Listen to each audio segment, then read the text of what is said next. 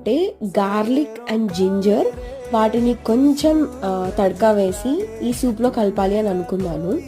So that will give better results కదా, అంటే మనకి కొంచెం స్పైసీగా అంటే స్పైస్గా కూడా తెలుస్తుంది అని చెప్పేసి. సో నేను ఇలా క్రష్ చేసుకున్నాను. గార్లిక్ పాట్స్ కూడా పెద్ద పెద్దవి తీసుకోలేదు, చిన్నవి 3 తీసుకున్నాను. అండ్ 1 ఇంచ్ ఆఫ్ జింజర్ తీసుకొని ఇలా క్రష్ చేశాను. అండ్ నాకు one of the favourite part ఏంటంటే కరివేపాకు. అది ఇండియాలో చాలా తినేదాన్ని, ఇక్కడికి వచ్చాక చాలా కాస్ట్లీ అయినా కానీ డెఫినెట్గా అట్లీస్ట్ ఒక రెమ్మన్నా వేస్తాను. సో ఈ తడకాలో ఈ కరివేపాకు కూడా వేసాను అనమాట. వావ్, ఈ మూడింటిని ఇలా తడక వేస్తుంటే ఎంత మంచి స్మెల్ వచ్చిందో. ఈవెన్ బ్రాక్లీ అండ్ చెదార్ బాయిల్ అవుతున్నప్పుడు ఆ సూప్ నెక్స్ట్ లెవెల్లో ఉండింది.